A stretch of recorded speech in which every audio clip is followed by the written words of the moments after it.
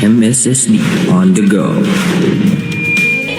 ECCD workers, 403 development workers mula sa iba't ibang bayan ng Lanao del Sur ang nagtipon-tipon noong June 22 nitong taon sa Ranao Business Hotel, Marawi City para sa Child Development Workers Summit. Kinikilala ng programa ang kanilang mahalagang papel sa paghubog ng mga batang bangsamoro. In Marawi and across Lanao del Sur your work is not just child care, no?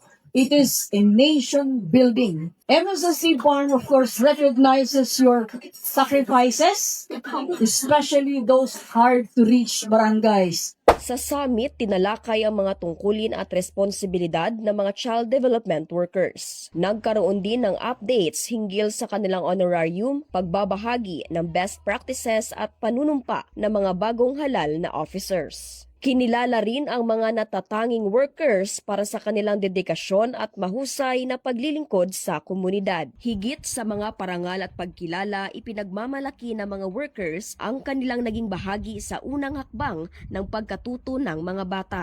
Isa akong nagbibigay ng hubog ng kinabukasan ng bawat young learners because ang child development worker ay nagsisimula sa atin kung paano matuto. ang pagiging parte ng unang hakbang ng mga bata na ikaw ay isang gabay nila yung mga natutunan, nakikita nilang maganda sa iyo, dadalhin nila hanggang sa paglaki nila.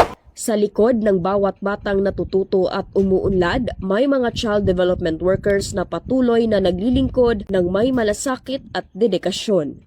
Ako si Joanne Magbanwa para sa MSSD On The Go. MSSD on the go.